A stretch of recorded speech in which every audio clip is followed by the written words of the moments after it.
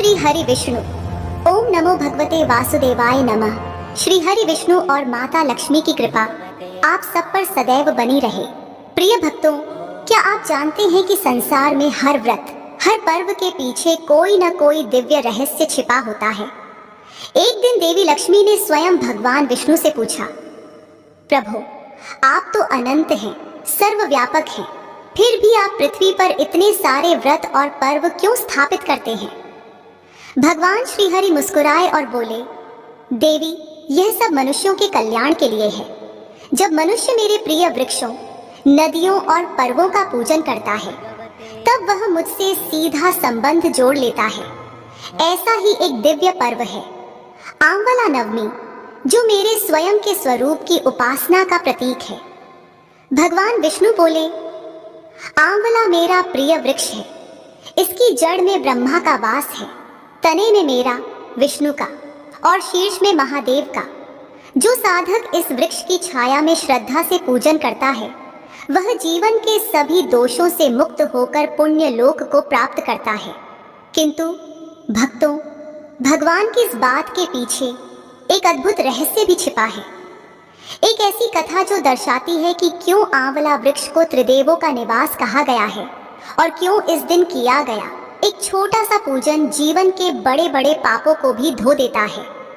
तो आइए प्रिय भक्तों, श्रद्धा से अपने मन को शांत करें, अपने भीतर की भक्ति ज्योति को प्रज्वलित करें और सुने वह दिव्य कथा जिसमें छिपा है आंवला नवमी का रहस्य। जानिए कि आखिर क्यों मनाई जाती है यह आंवला नवमी और क्यों इस दिन आंवला वृक्ष की पूजा को स्वयं भगवान विष्णु का व्रत माना गया है। भक्तों, इस कथा में अंत तक अवश्य बने रहिएगा, क्योंकि जो मनुष्य श्रद्धा और विश्वास से इसका श्रवण करता है, उसके जीवन में स्वयं माता लक्ष्मी और श्री हरि विष्णु का आशीर्वाद उतर आता है। उसका जीवन पवित्र होता है, उसका घर समृद्ध होता है और उसका हृदय सदा भक्ति के प्रकाश से आलोकित रहता है। बोलो जय श्री हरि विष्णु।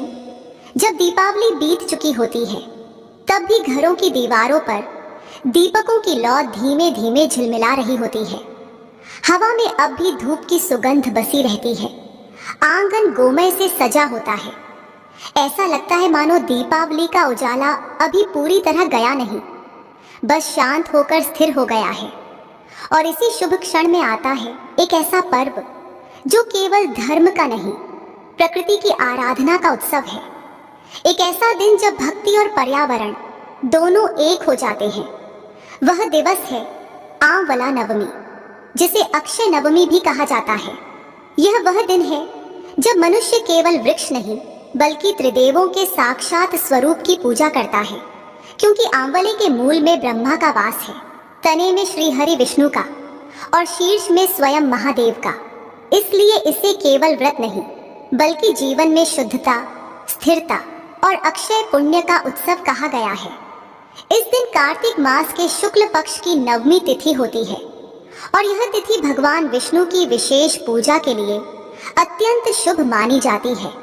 कहा गया है कि दिवाली के 8 दिन बाद जो व्यक्ति आंवले के वृक्ष की पूजा करता है, उसे अक्षय पुण्य प्राप्त होता है जो कभी नष्ट नहीं होता। यही कारण है कि इसे अक्षय नवमी कहा जाता है। इस वर्ष 2025 में आंवला नवमी का शुभ मुहूर्त 31 अक्टूबर 2025 को है। पंचांग के अनुसार नवमी तिथि 30 अक्टूबर को सुबह 10:06 से आरंभ होकर 31 अक्टूबर को 10:03 पर समाप्त होगी। पूजा का श्रेष्ठ समय पूर्वाह्न सुबह 6:33 से 10:03 तक रहेगा। जो भक्त इस अवधि में व्रत पूजन करते हैं, उन्हें अखंड सौभाग्य, आरोग्य और श्रीहरि की कृपा प्राप्त होती है। इस दिन महिलाएं विशेष रूप से आंवले के वृक्ष के नीचे बैठकर संतान सुख, आरोग्य, धन समृद्धि और पारिवारिक शांति के लिए पूजा करती हैं। कहा गया है, जहां आंवला वहां विष्णु का वास। कार्तिक मास में श्रीहरि का निवास आंवले वृक्ष में होता है, जो कार्तिक पूर्णिमा तक बना रहता है। इसलिए इस पूरे मास में आंवला वृक्ष की पूजा को महापुण्यकारी कहा गया है। कहा जाता है कि दिवाली के बाद जब समस्त दिशाएं दीपों से प्रकाशित होती हैं, तो पृथ्वी पर देवताओं का जागरण आरंभ होता है। देव उठनी एकादशी से 2 दिन पूर्व अर्थात आंवला नवमी पर भगवान विष्णु की उपासना और प्रकृति सेवा का संगम होता है। दिवाली के बाद यह दिन इसलिए भी महत्वपूर्ण है कि दीपावली का उद्देश्य अंधकार को दूर करना था और आंवला नवमी का उद्देश्य उस प्रकाश को स्थायी बनाना है जो केवल दीपों में नहीं, हृदयों में जलता रहे। धार्मिक ग्रंथों में कहा गया है कि आंवला वृक्ष केवल एक पेड़ नहीं बल्कि अमृत कलश है। इस दिन वृक्ष की शाखाओं से अमृत तुल्य ऊर्जा बूंदों के झरने का प्रतीकात्मक वर्णन मिलता है। प्राचीन मान्यता है कि इस दिन आंवले वृक्ष से अमृत की बूंदें टपकती हैं, इसलिए इसके नीचे बैठकर भोजन करना, दान पुण्य करना अथवा परिवार सहित भक्ति भाव से गीत गाना, यह सब आरोग्य, सुख, शांति और संतति वृद्धि देने वाला माना गया है। यही कारण है कि इस दिन वृक्ष के नीचे भोजन करने की परंपरा आज भी जीवंत है। आंवला नवमी के पीछे कई पौराणिक रहस्य छिपे हैं। कहा जाता है कि इसी दिन द्वापर युग का प्रारंभ हुआ था। कुछ स्थानिक कथाओं के अनुसार भगवान विष्णु ने इस दिन कुष्मांड नामक राक्षस का वध किया था, इसलिए इसे कुष्मांड नवमी भी कहते हैं। कुष्मांड का अर्थ होता है कद्दू, अतः इस दिन कद्दू का दान भी अत्यंत शुभ माना जाता है। इस व्रत में आंवले का फल प्रसाद के रूप में महत्वपूर्ण भूमिका निभाता है। लोग व्रत रखते हैं, विष्णु जी की पूजा करते हैं और दान करते हैं, जिससे उनके सभी संकट दूर हो जाते हैं। इस दिन मथुरा वृंदावन की परिक्रमा का विशेष महत्व बताया गया है। कहा गया है कि जो भक्त कार्तिक शुक्ल नवमी के दिन वृंदावन या गोवर्धन की परिक्रमा करता है, वह सीधे वैष्णव लोक में स्थान पाता है, क्योंकि भगवान कृष्ण ने कंस वध से पूर्व तीनों वनों की परिक्रमा इसी दिन की थी। यह दिन कृष्ण के लिए तपस्यात्मक था और भक्तों के लिए आराध्य है। आंवला वृक्ष की वैज्ञानिक महत्ता भी अद्भुत है। आंवले में विटामिन सी का सर्वोच्च स्तर होता है, जो शरीर को रोगों से रक्षा देता है।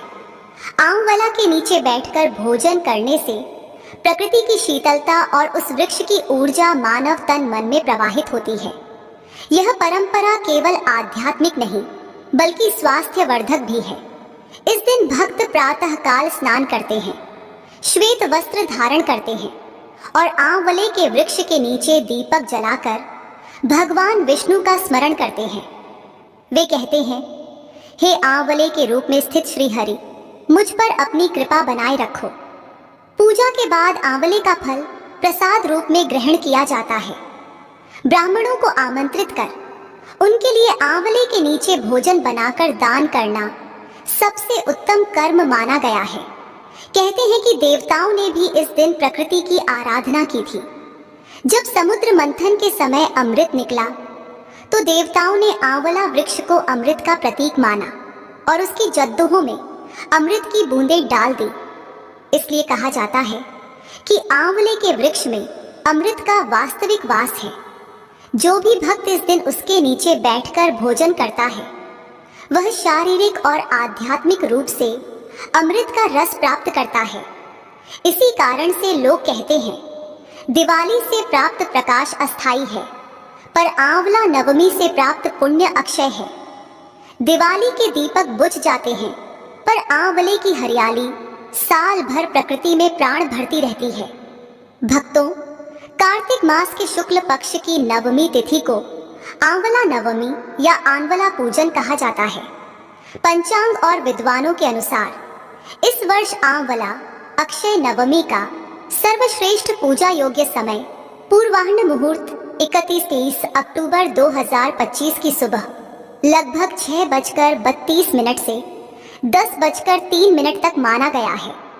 अतः भक्तों को इस अवधि में स्नान करके आंवले के वृक्ष के पास बैठकर विधिवत पूजा और दान पुण्य करने का विशेष फल प्राप्त होगा।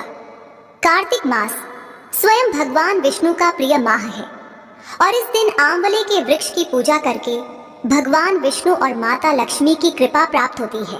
कहते हैं कि इस दिन जो भक्त आंवले के पेड़ के नीचे बैठकर पूजा करता है या भोजन करता है, उसके समस्त पाप नष्ट हो जाते हैं और वह विष्णु लोक का अधिकारी बन जाता है।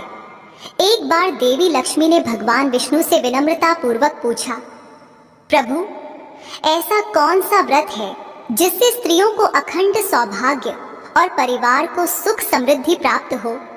भगवान विष्णु मुस्कुराए और बोले, देवी, कार्तिक मास की शुक्ल नवमी को आंवला नवमी कहा जाता है। इस दिन आंवले के वृक्ष की पूजा करने से सहस्त्र गोदान, गंगा स्नान और यज्ञ का फल प्राप्त होता है। इस व्रत से पाप नष्ट होते हैं, सौभाग्य स्थायी रहता है और घर में लक्ष्मी का वास होता है। भगवान विष्णु ने आगे कहा, देवी, आंवला वृक्ष में ब्रह्मा, विष्णु और महेश तीनों का निवास है। इसकी पूजा करने वाला भक्त त्रिलोक के देवताओं का पूजन करता है। यह सुनकर माता लक्ष्मी प्रसन्न हुई और बोली, प्रभु, यह व्रत तो सचमुच कल्याणकारी है। भक्तों, तभी से आंवला नवमी के दिन भगवान विष्णु और माता लक्ष्मी की पूजा का यह शुभ पर्व मनाया जाने लगा।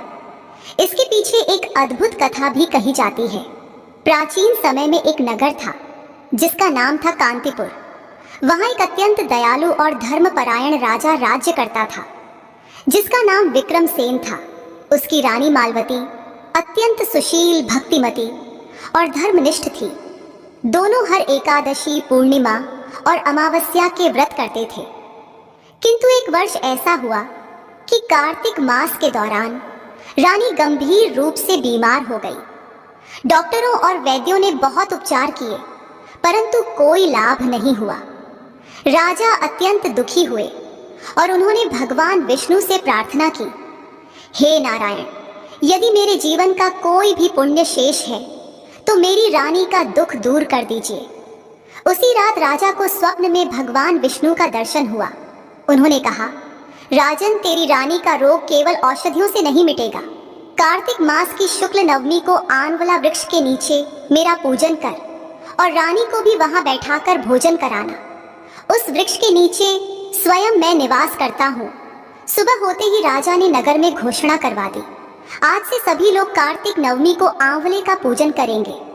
नवमी के दिन पूरे नगरवासी आंवले के वृक्षों के नीचे एकत्र हुए। राजा रानी ने विधिवत पूजा की, दीप जलाया, भगवान विष्णु का आवाहन किया और आंवले के वृक्ष की जड़ में दूध, जल, गंगा जल अर्पित किया। पूजा के पश्चात रानी ने वहीं प्रसाद रूप में भोजन किया। जैसे ही पहला ग्रास उन्होंने मुख में डाला, उनके शरीर से रोग के सारे लक्षण गायब हो गए। पूरे नगर में जय विष्णु, जय आंवला वृक्ष के नारे गूंज उठे। तब भगवान विष्णु ने आकाशवाणी की, हे भक्तों, आज से जो कोई कार्तिक नवमी के दिन आंवला वृक्ष का पूजन करेगा, उस पर मैं और लक्ष्मी जी की सदैव कृपा बनी रहेगी। वह व्यक्ति कभी दरिद्र नहीं होगा और उसके कुल में सदैव धर्म और भक्ति की वृद्धि होगी। इस प्रकार आंवला नवमी व्रत का शुभारंभ हुआ। इसी कारण इस दिन आंवले के वृक्ष के नीचे पूजा करने, कथा सुनने और भोजन करने की परंपरा प्रचलित हुई। भक्तों, अब जानते हैं इस व्रत की पूजन विधि और इसके अद्भुत फल की कथा। कार्तिक मास के शुक्ल पक्ष की नवमी तिथि को प्रातः स्नान कर स्वच्छ वस्त्र धारण करें। एक पात्र में गंगा जल लेकर आंवला वृक्ष की जड़ में अर्पित करें। फिर भगवान विष्णु का स्मरण करते हुए कहे, एयूएम नमो भगवते वासुदेवाय नमः। आंवला वृक्ष पर रोली, चावल, पुष्प, दूध, जल, दीप और धूप अर्पित करें। वृक्ष के चारों ओर 3 बार परिक्रमा करें। इसके पश्चात वहां बैठकर विष्णु सहस्त्र नाम का पाठ या विष्णु सहस्त्र का स्मरण करना अति फलदायी माना गया है। इस दिन ब्राह्मणों, कन्याओं और गरीबों को भोजन कराना भी अनिवार्य माना गया है। जो व्यक्ति स्वयं आंवला वृक्ष के नीचे बैठकर भोजन करता है, वह अनंत जन्मों का पुण्य प्राप्त करता है।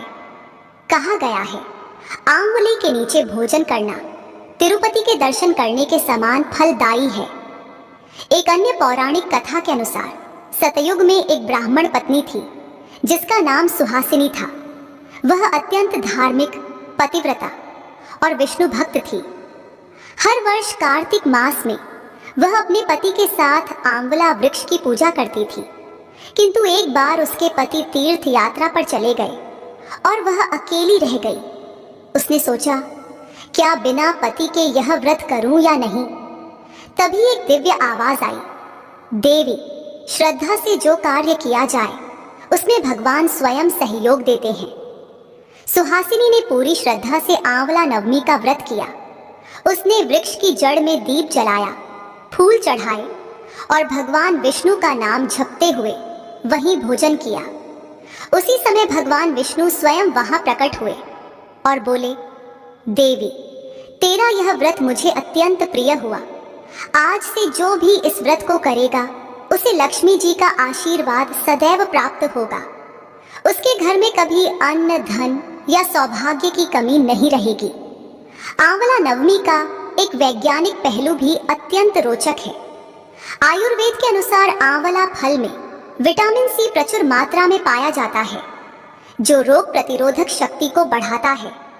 कार्तिक मास के दौरान इसका सेवन शरीर को शुद्ध करता है और पित्त दोष को संतुलित करता है। इसी कारण हमारे ऋषियों ने इस दिन आंवले का सेवन और पूजन दोनों अनिवार्य बताया, ताकि शरीर और आत्मा दोनों की शुद्धि हो सके।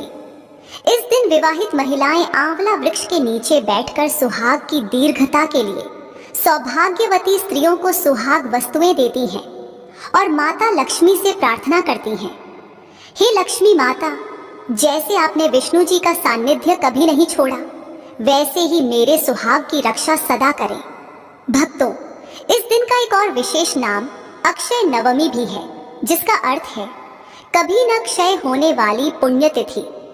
इस दिन जो कोई दान, जप या पूजन करता है, उसका फल अनंत गुना होकर उसे प्राप्त होता है।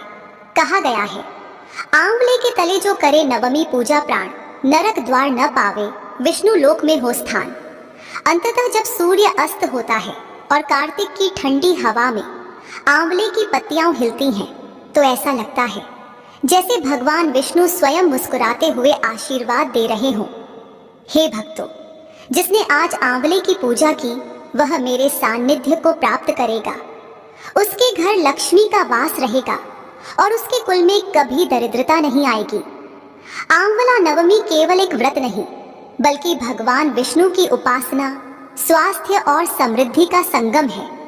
जो इसे श्रद्धा से करता है, वह जीवन में सुख, समृद्धि और मोक्ष तीनों प्राप्त करता है। भक्तों, अब हम सुनेंगे आंवला नवमी की दूसरी कथा। बहुत समय पहले एक समृद्ध लेकिन दयाहीन राज्य था, जहां राजा आंवला राजा शासन करते थे। राजा ने एक दिन प्रण लिया कि वे प्रतिदिन अपनी प्रजा में 1.25 मन आंवला दान करेंगे और उसके बाद ही भोजन करेंगे। यह दान प्रक्रिया देखें तो सरल थी, पर राजा की प्रजा तथा उनके पुत्रों को यह प्रिय नहीं था। पुत्रों और बहुओं ने कहा, यह दान क्यों, हमारा खजाना तो धीरे धीरे खत्म होगा। राजा ने अपनी निष्ठा नहीं छोड़ी और नियम अनुसार दान करते रहे। समय बीतने पर पुत्रों का व्यापार ठप पोड़ी ढहने लगा। राज दरबार में डर समा गया कि इस दान नियम से राज्य का भरण पोषण प्रभावित होगा। एक दिन राजा ने दुख सहते हुए महल छोड़ा और एक छोटे से समय के लिए जंगल में चले गए। वहां उन्होंने देखा कि भगवान ने उनकी निष्ठा देखकर उन्हें एक नया सुंदर राज्य दिया है, जहां आंवले के पेड़ों की कतारें थीं। हर शाखा पर फल झूल रहे थे। राजा और रानी ने वहां बैठकर पुनः अपने नियम को निभाया, दान दिया, पूजा की, आंवला वृक्ष के नीचे भोजन किया। इसके विपरीत पुत्र बहुओं के भाग्य में गिरावट आई, क्योंकि उन्होंने दान नियम को टाल दिया था। जब पुत्रों ने अपनी गलती और पिता की भक्ति को देखा, तो वे मनोभाव से अपने पिता के पास गए और माफी मांगी। पिता ने उन्हें समझाया, दर्शन करो, दान करने से खजाना नहीं घटता, बढ़ता है। आंवले का वृक्ष और इस दिन का व्रत देवों का प्रिय है। पुत्र बहुओं ने आंवले के पेड़दह की पूजा करना शुरू किया और दान कार्य में लग गए। तुरंत ही उनके घर में खुशहाली लौट आई, संपत्ति बढ़ी, संतान सुख हुआ और राज्य परिवार में आनंद छा गया।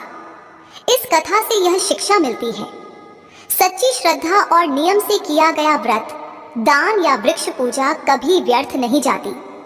जिसे हम महज दिखावे के लिए करते हैं वह शीघ्र नष्ट होता है, पर जिसे हृदय से निस्वार्थ भाव से किया जाता है वह अक्षय पुण्य बन जाता है।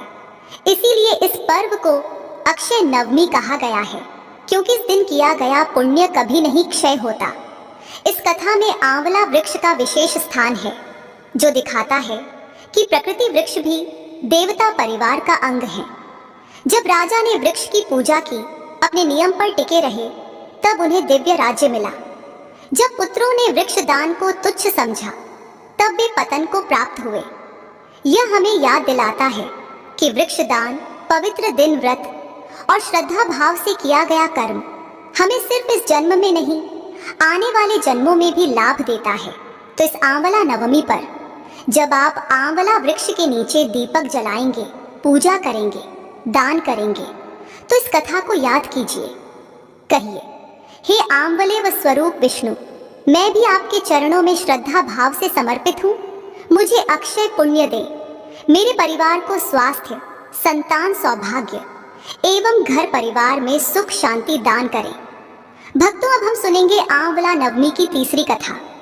बहुत समय पहले एक समृद्ध और धर्मशील नगर था, जिसका नाम था अम्बलपुर।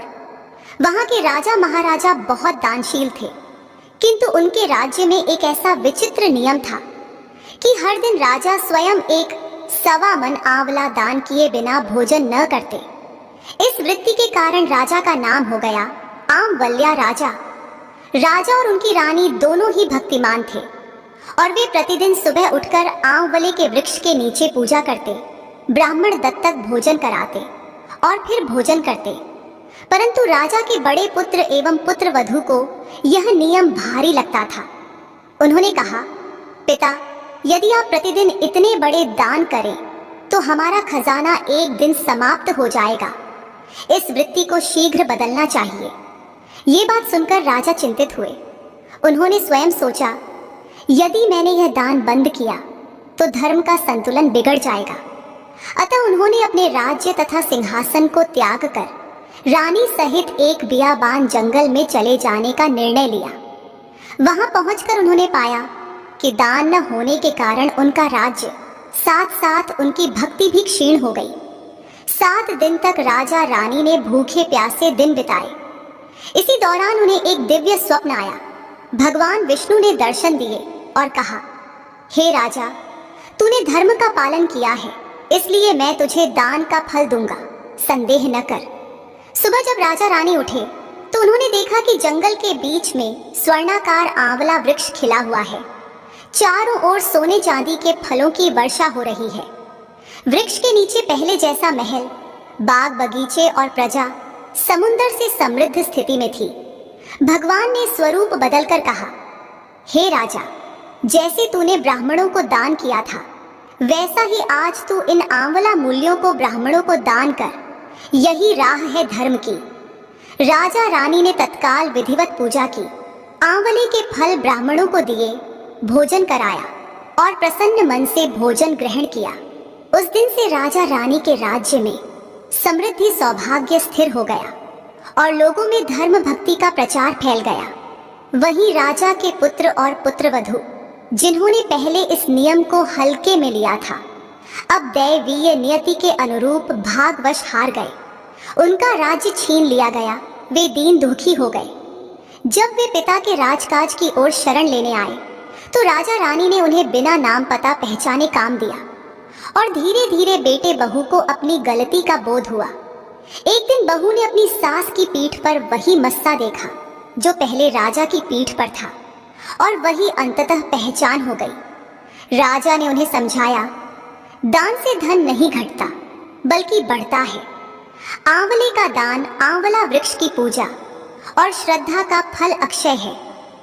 उनके पश्चात पुत्र बहू ने मन से आंवला वृक्ष की पूजा, दान और व्रत विधि अपनाई। इससे उनके जीवन में खुशहाली पुनः आई। यहीं से यह व्रत कथा लोक में प्रचलित हुई कि जो व्यक्ति कार्तिक शुक्ल नवमी के दिन आंवले के वृक्ष की पूजा करता है, दान भोजन करता है, वह अक्षय पुण्य प्राप्त करता है। इस कथा से हमें स्पष्ट शिक्षा मिलती है। श्रद्धा, भक्ति, व्रत और सेवा दान यही जीवन का सार है। दिखावा, आलस्य तथा संकोच इनका नाश करते हैं। उसी वृत्ति से आज यह पर्व आंवला नवमी, अक्षय नवमी के रूप में मनाया जाता है, ताकि हम याद रखें कि जो कर्म निष्ठा से किया गया है वह कभी क्षय नहीं होता। भक्तों, यह थी आंवला नवमी की पवित्र कथा। वह कथा जो हमें सिखाती है कि भक्ति केवल मंदिरों तक सीमित नहीं, बल्कि प्रकृति की हर सांस में बसती है। आंवला वृक्ष केवल एक पेड़ नहीं, त्रिदेवों का साक्षात स्वरूप है। जब हम श्रद्धा से इसका पूजन करते हैं तो हम ब्रह्मा, विष्णु और महेश तीनों की आराधना एक साथ करते हैं। इस दिन का किया गया एक दीप, एक परिक्रमा, एक प्रणाम जन्मों के दोषों को मिटाने की शक्ति रखता है। इसलिए भक्तों, जब अगली बार आंवला नवमी आए तो केवल व्रत मत कीजिए, प्रकृति के प्रति आभार व्यक्त कीजिए। अगर आपको यह कथा हृदय को स्पर्श करने वाली लगी हो तो इसे लाइक करें, शेयर करें और अपने प्रिय जनों तक जरूर पहुंचाएं। और ऐसी ही दिव्य, ज्ञानवर्धक और भक्ति रस से भरी कथाएं सुनने के लिए हमारे चैनल को सब्सक्राइब करें, ताकि अगली कथा सबसे पहले आप तक पहुंचे। फिर मिलेंगे एक और नई प्रेरणादायक और दिव्य कथा के साथ। तब तक जुड़े रहिए, कहते रहिए, हर हर महादेव। जय श्री हरि विष्णु, जय मां लक्ष्मी।